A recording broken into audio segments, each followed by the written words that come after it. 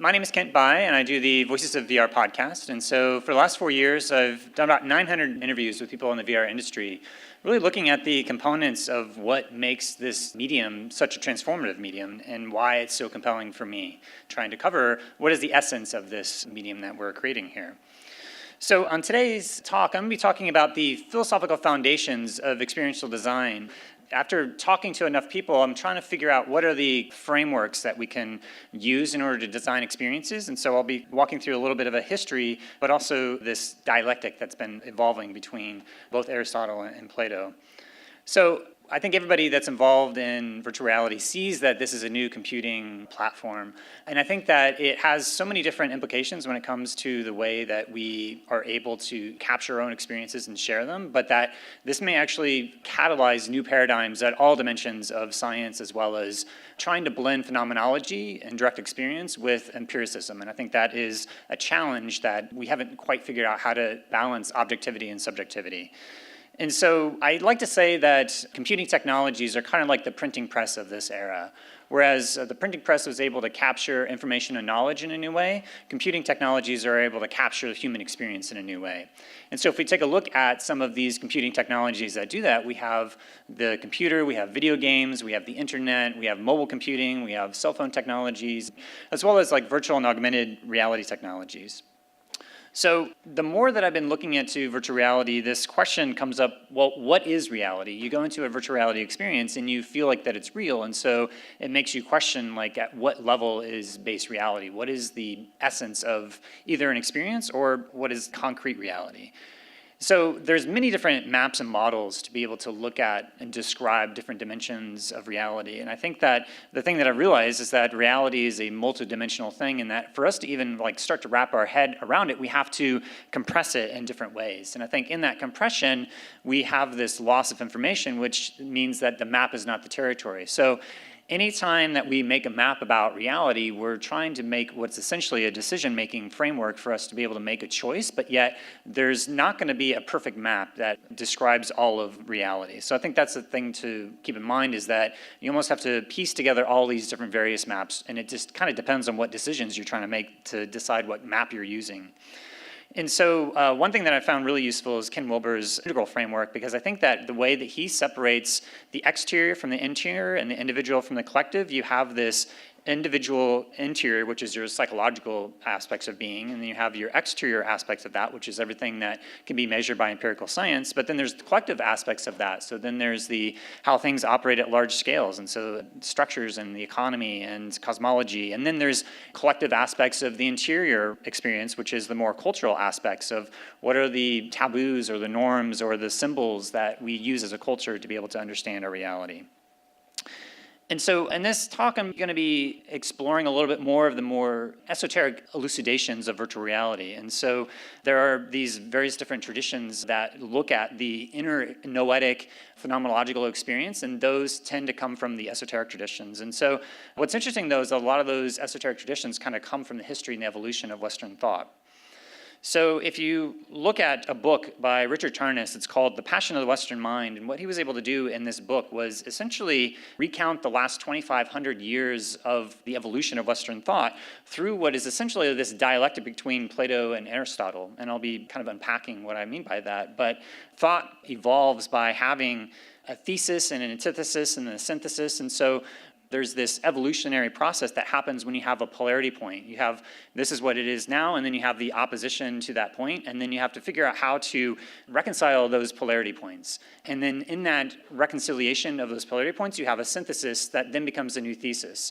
And this is a concept that we'll be unpacking much more, and actually goes back to alchemy and a lot of these other processes of the psyche and how it develops. But we can go back to Pythagoras, who had this very mystical aspect of like believing that every single dimension of reality actually got boiled down to number.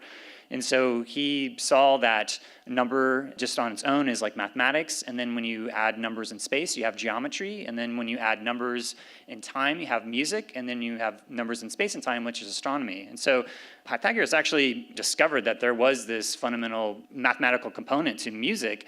So to some extent, it's the way to turn a quantitative number into a qualitative experience is through mathematics, geometry, music, and astronomy, were all these things that were called the quadrivium, and that for anybody that was coming up into studying philosophy in ancient Greek, they had to learn each of these different branches. And so that's part of the reason why Plato had on top of his academy, he who's ignorant of mathematics shall not enter here, or who's ignorant of geometry. So Pythagoreanism says that base reality could actually be mathematics, that all is number. And then you go to Socrates, and Socrates was kind of like, he never wrote anything down. He was all about being in the dialectic, and he was asking questions. And he found that, like, in order to change people's minds, you actually have to sort of provoke them with the exact right question, and that there's a dialectic that happens through the conversation of that debate. And so that Socratic dialogue, I think, was crucial for one of his star students, which was Plato, which Plato actually wrote down a lot of these conversations, and it's kind of unclear as to what was actually from Socrates and what was dramatized later. But one of the big things that Plato was saying was that, well, there's actually like this realm of ideal forms that are beyond our direct experiences, and that we live in this cave, and that we're like looking at the shadows of this cave, and we're thinking that those shadows are reality, but in actuality, there's this luminous light that's coming out. If we were going outside of the cave, it would be so blinding that this sort of undifferentiated levels of consciousness are this Platonic realm of ideal forms. And I think this is a concept that is a pretty radical concept, and you're like, well, how did he come up with that? Well, there's some thoughts that there are these different mystery schools, like the Eleusinian mysteries, as well as Plato, as well as Pythagoras, traveled through Egypt to be able to experience these different mystery schools. And so one of the things that Richard Tarnas makes the point of is that a lot of things that were written down were the more masculine or yang aspects of these ideas. A lot of the mystery schools were much more the feminine or the experiential or phenomenological, and they were mystery schools. And so you would have these direct noetic interior experiences, but you couldn't talk about them. And so to some extent, the evolution of these more phenomenological experiences are lost to the history of Western thought. But to some extent, there could be embedded into some of these more radical ideas of this concept of the Platonic realm of ideal forms. So Plato says, well, maybe there's, at base reality, there's these ideal forms, and then from there you have all of other reality that comes up. In the Timaeus, he really puts forth his cosmology of that there's these celestial spheres, and as you incarnate as a soul, you go through all of these different spheres that were marked by the movements of the heavens. I think we're a big part of them matching this cosmos and psyche, which was kind of like the anima mundi, or the world soul, had this intelligence and meaning that was embedded within it. And so if we look at some of these other traditions like the Kabbalah, at the very bottom you have this earth, but then each of the other layers within the Kabbalah are different dimensions of these Platonic realms or ideal forms, that this is one of the more esoteric traditions that's a little bit more formalized. And then we get to Aristotle, and Aristotle, was a student of Plato, but he also was much more into empiricism, and he wanted to, not rely upon what's something you couldn't directly experience. And so he really formulated a lot of the foundations of science, which is what now we refer to as reductive materialism, which is that, the things that you can actually directly validate. He really started this other track that was in opposition to a lot of the Platonic ideas. But he came forth with a lot more of a formalization of physics and cosmology, and so this is kind of like a representation of the cosmology of that time, which again still has this concept of these celestial spheres. And he also had these different layers. This specific graphic is from Robert Flood, but you have these different layers of reality that start with the different elements, but then they go into the mineral kingdom and the vegetable kingdom and the animal kingdom and then the human kingdom, and then all of the different other celestial spheres. And just to take a step back, when you look at maps of reality, I think one of the things you find is that the mandala and circles are something that really represent dimensions of the consciousness that are both holistically describing your inner experience, but also the outward experience. And so these four directions kind of represent the cardinal directions. And so a lot of times you'll see in these mandalas the four cardinal directions that are representing the external world, but they also, to some extent, represent a map of the internal psyche. And so Aristotle also really formalized the elements and came up with these different qualitative dimensions of hot, cold, wet, and dry. And both fire and air are hot, and both earth and water are cold. On the dry element, fire and earth are dry, and air and water are wet. So you have these combinations that form up the basis of the temperament. And I've been looking at these elements as a huge inspiration to say that whenever you're in a virtual reality experience, and we're talking about the quality of the experience, the fire element is the active presence, the air element is the mental and social presence, the water element is the emotional presence, and the earth element is the embodied presence. And so one of the other things that Aristotle came up with, which was these different causes. What are the different dimensions of causation? And the material cause is one of the things that within reductive materialism, everything comes from the material cause. But there's other causes that he had, which is the cause that comes from the efficient cause, which is the builder, or the formal cause, which you could think of as the blueprint, but could also be the mathematical structures that are somehow potentially interfacing with reality in some sort of mysterious way. I think this formal causation accounts for maybe this Platonic realm of the blueprint of reality sort of interfacing with concrete reality in some sort of mysterious way. And then the final cause was kind of talking about the intentionality. So what's the purpose? Why are you doing that? What is this going to do in the end? And I think thinking about your intention for what you're doing as the final cause, I think is also something that is to some extent lost to our existing concepts of causality, but I think it's something that Aristotle recognized the importance of intentionality back through the history of Western thought. So I don't have time to go through the entire 2,500-year history of philosophy, but just to say that it is this dialectic between Plato and Aristotle. From Plato came Neoplatonism, which then fueled a lot of Christianity, and then a lot of the empiricism that came out of the Enlightenment period came from Aristotle, being able to formalize the scientific method. But I think that to some extent we've been in this 500 years of Aristotle, and I think Plato is coming back. That's what I would say. That's what I'll be talking about here. So what is reality? So I would say that Aristotle kind of represents the external reality. So you have on the right, you have the individual, collective, and the structural. So the behavioral as well as things that you can actually empirically observe.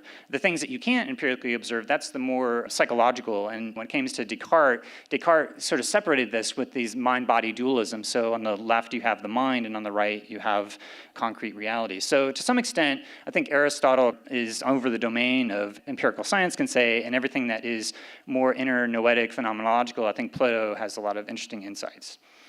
So let's look at these two competing models from the large and the small. You have the cosmological ways that things operate at large scales, which is ruled by general relativity, and the small scale is ruled by quantum mechanics. And so Max Tegmark has this book called The Mathematical Universe, and to some extent this very Pythagorean idea that everything comes down to number. And one of the things that Max puts forth is like math is basically describing every dimension of reality, so maybe our universe is isomorphic to a mathematical structure. That's kind of like what he's saying. And it's bringing back the tradition of Pythagoras, but through the lens of Aristotle. And so what Einstein's saying is in this equation is that there's no time variable. This is one of the things that Max Tegmark points out. And what that means is that the structure of space-time is embedded within a mathematical structure of a pseudo-Riemannian structure. You have like this 4D space-time that is mathematically represented as something that is kind of agnostic to time. In fact, Einstein went as far as to say like time is an illusion. So we have the phenomenological experience of time, but when you get down to the physics of it, there is this arrow of time that is increasing with entropy, but at the same time, there's these cosmological ideas that if you go back to indigenous cultures, they also have this similar like blurring of like the past, present, and future are all contained within every moment. And if you look at the structure of space-time, then you start to maybe have a little bit more of a mathematical understanding for how that could possibly be true. We have the experience that things have happened in the past and we're right now and things are coming in the future, but it's possible that at some dimensions of reality, like if you go beyond space-time, so if you go into a non-local field, then all of that is in the constraints of the time domain has already happened.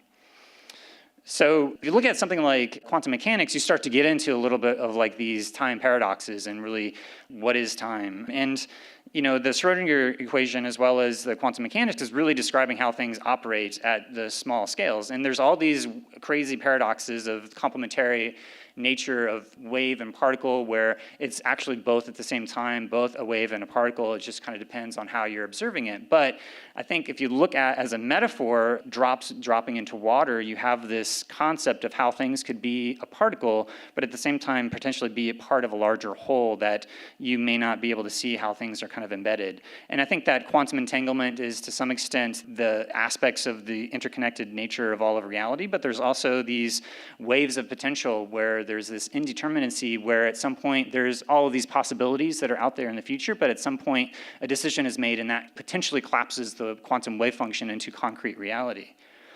So there's a lot of things about quantum mechanics that basically represent a complete revolution of our scientific paradigm, and that at the same time, the way that we actually phenomenologically experience the world is very Newtonian and Euclidean. So we live in a 3D reality, and so we're not necessarily embedded within our consciousness a quantum cosmology, because there's different arguments and debates as to what degree quantum mechanics is applied to things at large scale, and if it only applies to things at small scale. And so if you actually look up on Wikipedia for the different interpretations for quantum mechanics, there's actually not like a direct consensus as to what this actually means. I mean, quantum mechanics is probably one of the most empirically tested theories that are out there. So you can look at the mathematics and be like, yeah, the math is there, but then to translate that mathematics into what is the concept of the nature of reality is something that is widely varying into what people actually say what this actually means. And so there's different dimensions as to like, are these quantum wave functions deterministic? Is there a free will that's somehow involved, or is this something that these math equations are describing all of reality? Is the wave function real or not? Is it actually sort of a cosmological idea for this is the nature of reality? Does the quantum wave function collapse or not? What is the role of a conscious observer? Is consciousness somehow interfacing at the quantum level? So just to take a step back, because I think that this question as to whether or not mathematical objects are invented or discovered are kind of a key part of looking at these different quantum mechanic interpretations. And you can go back to Plato, actually. Plato, within the realm of mathematics, is where he is king, and to a certain extent. Like Aristotle may be really dominating over empirical science, but yet Plato, when it comes to the philosophy of mathematics, a lot of mathematicians are mathematical Platonists because they have a direct experience of feeling like they're actually discovering these objects that are already there.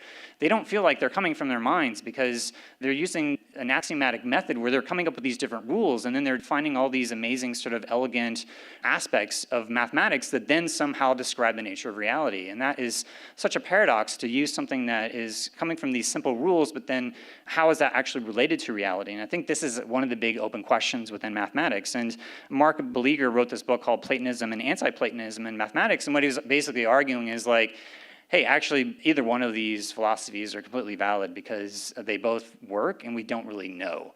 So I interviewed about 37 different mathematicians at the Joint Mathematics meeting, exploring the philosophy of mathematics, trying to get at to like, what is the nature of reality? And one of the things that comes up is this Quine-Putnam indispensability argument, which says that, well, if you're going to say that science is going to describe what is ontologically real, then anything that is indispensable to science should also have ontological reality, i.e. Mathematics are indispensable for describing the nature of reality, so mathematical objects are real. That's what the Quine-Putnam indispensability argument is. Well, the counterpart to that is that it's just saying, well, these mathematical descriptions, they don't actually have to describe ontological reality. They're just semantic descriptions of reality. So in other words, the number 1 is like Santa Claus, where Santa Claus isn't real, but it's a part of a story that helps you understand aspects of reality. But that doesn't mean that it has any sort of reality beyond that. And so there's Field who is writing this book about science without numbers. He's trying to normalize science. So if he's able to basically describe all of science without taking all of the abstractions of number, then maybe something like mathematical fictionalism is going to be true. But I'm not sure how successful that is going to be. I suspect that he's not going to be able to replace all of science by taking out all the abstractions of number. But the opposite argument against Platonism is like, well, if there are these Platonic realms of ideal forms that are beyond your direct experience, then how do you know they're real? And this is something that is explored throughout all of the Platonic dialogues. And Rick Tarnas in The Passion of the Western Mind comes up with all of the different dimensions of Platonic epistemology. So you do empirical observation through logic and math and geometry and music and astronomy and dialectic. Actually, in the course of conversation, there's potentials that you're interfacing with deeper patterns of reality. When you're embedded in conversations all the time, like I am with doing my podcast, I feel like there's deeper truths that emerge from the process of those dialectics. But there's also things that are more inner and noetic and completely non-falsifiable, which include story and myth and symbol and intuition and imagination and aesthetics and beauty and memory and spiritual desire and moral virtue. So anybody who is an artist will know that part of your job is to have developed and cultivated your own Platonic epistemology so that you can tap into deeper aspects of reality and express it through your art and your music and your experiences. But yet, when it comes to science, people who are at the level of mathematics and science that are at the theoretical level, they have to cultivate your own dimension of their intuition to be able to access these deeper dimensions of reality. But when it comes to the quantum mechanical interpretations, they still have all these open questions as to what is reality. So the naturalists have this aspect of this is how they're describing reality, where there's nothing outside of what we can see with the physical material world. There is no Platonic realm of ideal forms. And so this concept of reductive materialism actually leads them to saying that, well, to a certain extent, the people who believe in the many worlds interpretation of quantum mechanics are giving ontological reality to the quantum wave function does not collapse, which means that anytime a decision is made, another parallel world exists outside of our direct experience of this empirical reality. But there's another parallel world that is following the same laws of physics existing in parallel. To me, this is very magical, but mathematically it works. But the alternative is that there's a transcendent realm beyond space and time, and that somehow consciousness is interfacing it, and that is just as magical. So where is consciousness? I think this is the biggest open question when it comes to science right now. Is it emergent from all of physics and neurology, or is there some sort of like fundamental fields of non-local consciousness that is below physics, or is it universal? So does every single photon, proton have aspects of mind, or the ability to make choices, or the ability to carry information? Again, this is something that from the Western mind would sound magical and crazy, but to a certain extent, that's how the evolution of our Western thought evolved. And so there's actually kind of a going back to this more panpsychic idea. In Scientific American on May 29th, there's an article called Coming to Grips with the Implications of Quantum Mechanics, which is to say that from a lot of these latest experiments, they are potentially finding that mind is a fundamental or universal field, and that we can't account for consciousness from just looking at material reality, so you have to have it somewhere. And so maybe it's something that is an assumption that is existing at a very low level. So Eastern philosophies have had this concept of consciousness being a fundamental field of reality for millennia. And I think this has been this battle between the Western thought and Eastern thought, is that the Eastern thought does have this capability of having consciousness at a low level. And then panpsychism, to a certain extent, is a form of metaphysics where you're assuming these different things that you can also not falsify. So if you think about from the Aristotelian perspective, if you can't falsify it, then is it real or not? Well, we can have the phenomenal experience of consciousness, but yet we have to at some point have within your metaphysical model, like, where does that come from? And I think panpsychism is the thing that is providing that. And so this is one model that Bernardo Kastrup is coming up with, a mind at large, that there's one universal mind, and that somehow each person is having around them, if there is a quantum wave function that's universal and describing all of reality, then they're like constructing their own reality, and that we're all living in our filter reality bubbles that are to some extent like ontologically real at some level, and that we're still able to like communicate with each other and interface between our own experiences. Now, to a certain extent, there's like postmodernism that is sort of saying that this is how our phenomenal experience is, but it's an open question as to whether or not at the quantum mechanics level that that's actually like true. But again, there's no consensus on this, and we have this battle between dualism and monism and physicalism and idealism and neutral monism. Right now, we have these dialectics that are incompatible, and so how do you resolve? And I think panpsychism, to a certain extent, is trying to be that synthesis of materialism versus dualism. How do you resolve that? Well, panpsychism may be the thing that eventually is where we are heading towards. But I think one philosopher that has really described this in a way that not a lot of other people have is Alfred North Whitehead in Process and Reality. And what he's basically saying, he was a mathematician, so he was looking at the math of everything, and he came to the conclusion that everything is a process and that we're in relationship and there's actual happenings and events that are happening, but yet if you sort of drill down into base reality enough, you basically get energy and a relationship of energy to each other. And that's basically what string theorists are saying. And to a certain extent, the string theorists are in the Platonic tradition of trying to say, well, there's these things that we can't directly empirically observe, but mathematically we say this is how reality is. And I think the Aristotelian physicists who want to see falsifiable experience are saying, well, that's not a valid way ontologically to describe the nature of reality because we can never falsify it. But once you get at that low level, you start to get into these, is everything just a relationship of energy to each other? And that's basically what string theory is saying. So that's a kind of a recounting of a lot of where the physical theory is. And I think that Plato, to a certain extent, is representing the other part, which is the direct experience, the experiential, the phenomenological, subjective aspects. And so if you look at a lot of these esoteric traditions, there's different things that they're saying, which is what are the symbolic meaning of your life and how are you finding meaning and purpose? And I think that they may not be describing ontological reality, but they may be describing a phenomenological reality, one that is your own personal direct experience. And I think if we go back to the Pythagorean ideas of that all is number, through like number in space, number in time, number in space and time, leading to some of these books that are out there right now called The Jazz of Physics by Stephen Alexander, where he's trying to use music to be able to do analogical reasoning to be able to describe the structure of reality. And the thing that's interesting in this book is that one of his mentors actually tells him, look, once you get a certain level of mathematics, you need to be able to cultivate your intuition by going and studying music or allowing your unconscious processes to emerge. And his mentor was actually a Jungian analyst and using the concepts of Jung and the archetype to be able to help with his own process of science. And so Jung actually corresponded with Wolfgang Pauli and helped develop some pretty sophisticated theories of trying to match cosmos and psyche in different ways. And there's a book called Atom and Archetype where there's these letters between Jung and Wolfgang Pauli.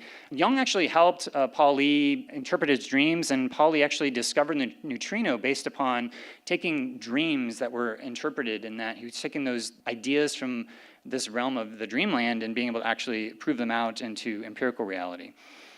And so they came up with this concept of synchronicity, which they were trying to figure out these meaningful coincidences that were happening. Like there's some times where your internal state would be matching the external reality, and there would seem to be some sort of potential causal influence, but they were like, well, that can't be a causal influence, so they came up with a causal connecting principle, which is that things are happening at the same time, and that perhaps at some dimension of your own meaning that's embedded within inside of you, that if the world is conscious or have some sort of meaning embedded within it, then there starts to be this dialogue between you and the external reality. And this concept of synchronicity has been the philosophical foundation for a lot of the more esoteric and New Age movement, which is that people have a direct experience of having meaningful coincidences. And it has to be meaningful. It has to be you're thinking about something, you're pregnant with some sort of problem or intention, and then somehow external reality is manifest around you in a way that is reflecting your internal state.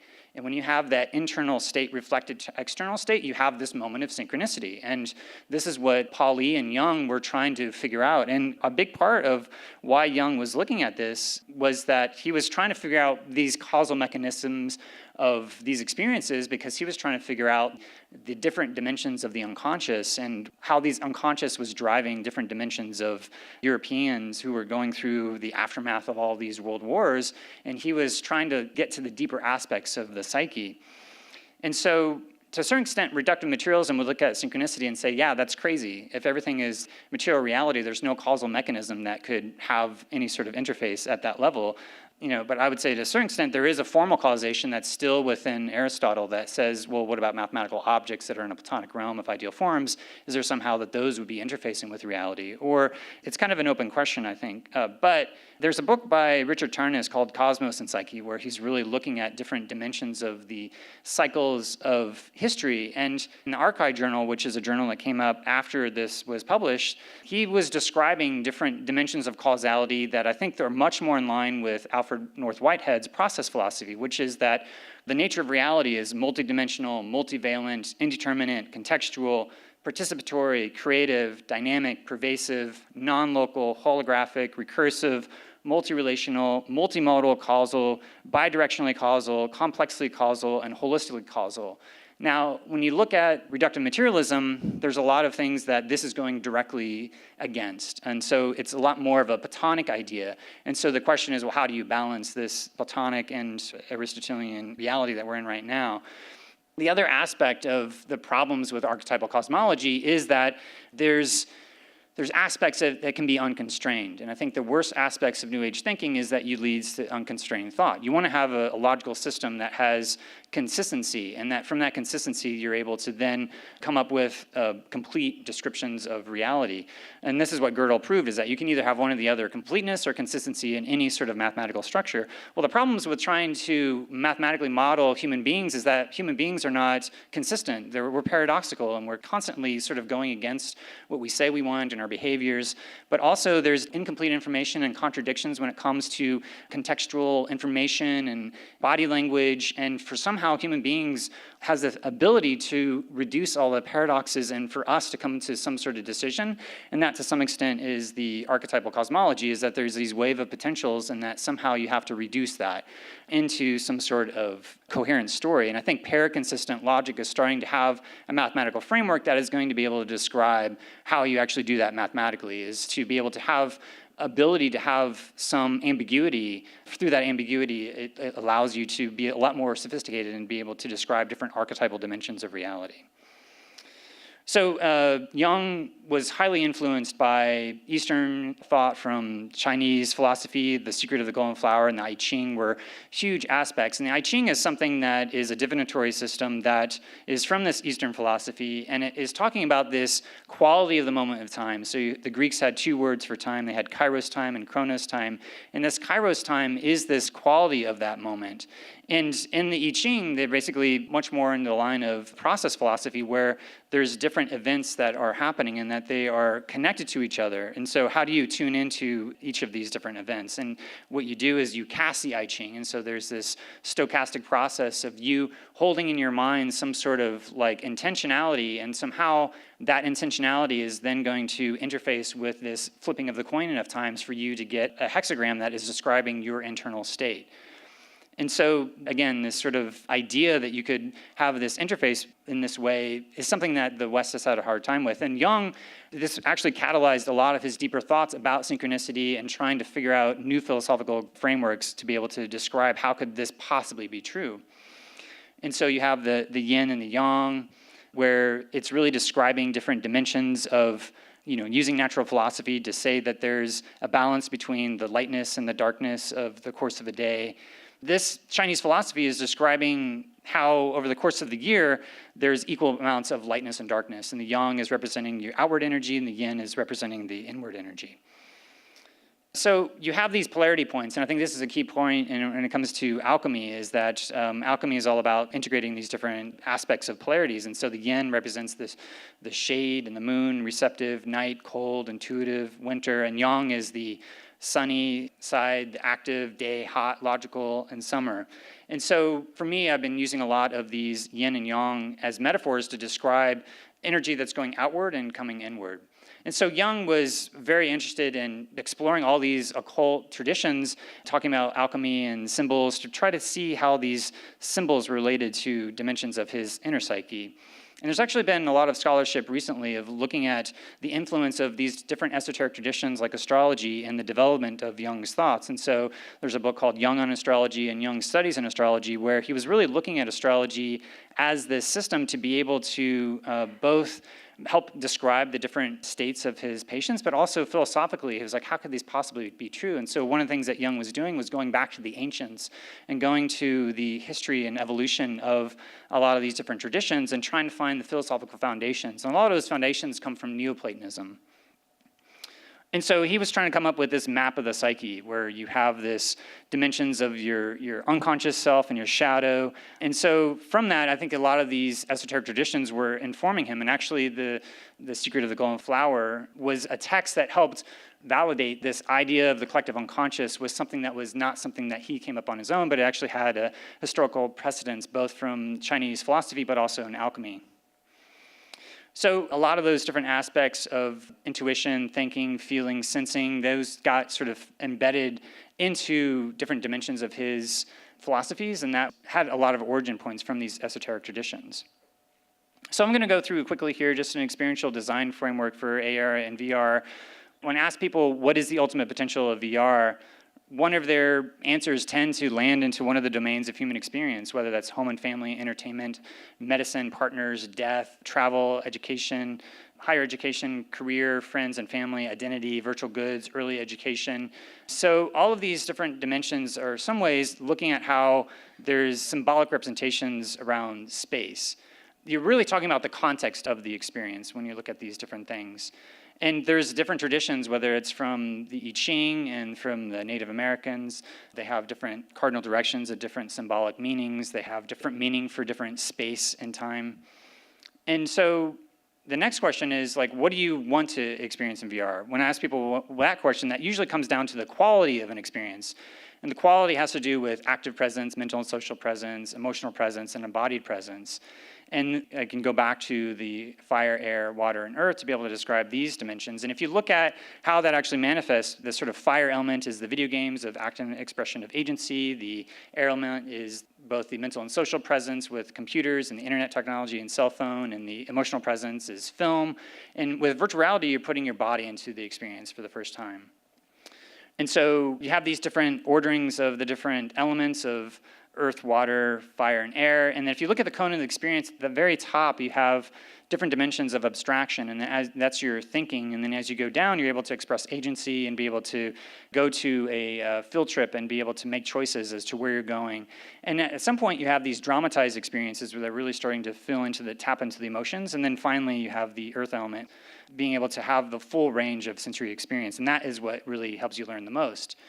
And then there's also different dimensions of the unconscious, subconscious mind that we have about maybe 10% of our mind that is really aware and conscious, but there's so many dimensions of our behavior, feelings, and senses that are just below that layer of awareness.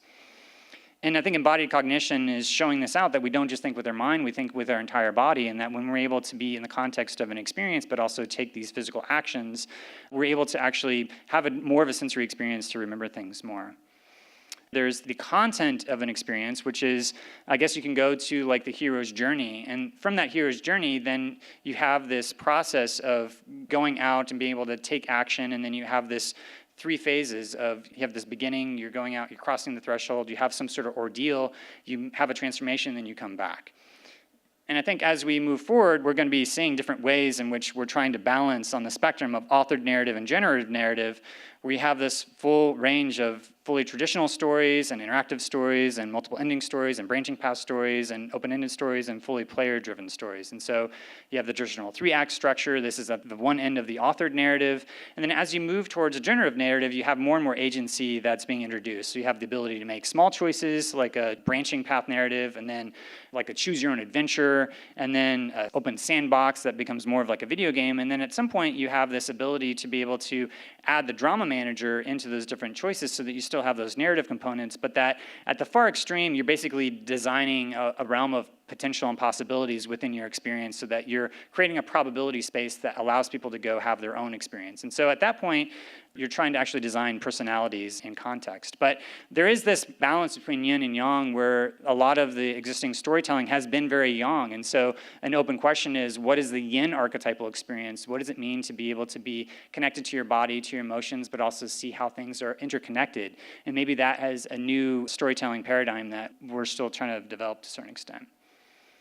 And there could be dimensions of the character of the experience that is also using these different esoteric traditions, whether it's alchemy or the Kabbalah or the I Ching or the Tarot or astrology, these different dimensions of trying to reduce down the aspects of a content of a story and the character that are able to describe ways that are talking about what is actually happening in the experience. You can talk about the quality of the experience, but what's the content of the experience? And I think when it comes to that content, there's a lot of these esoteric traditions that can start to describe that.